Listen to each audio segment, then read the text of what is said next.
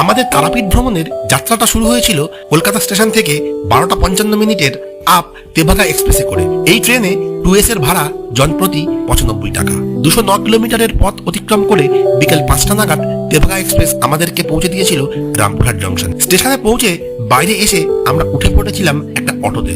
জনপ্রতি 50 টাকার বিনিময়ে অটো আমাদের পৌঁছে দিল আমাদের হোটেল পরিচয়তে।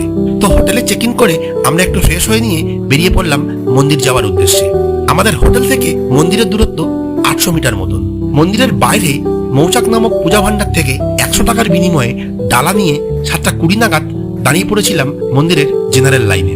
8:30 নাগাদ আমাদের পুজো দেওয়া কমপ্লিট হলো। তারপর মন্দির প্রাঙ্গণে বেশ কিছুটা সময় কাটিয়ে চলে আসলাম তারাপীঠের এই মহস্থানে। সাধক বামাখ্যাপা এখানেই তার সাধনা সিদ্ধি করেছিলেন। শেষ হলো আমাদের তারাপীঠ ভ্রমণের ডে 1। ফুল ভিডিও দেখতে চাইলে তার লিঙ্ক রয়েছে ডিসক্রিপশন বক্স এবং ফার্স্ট কমেন্টে।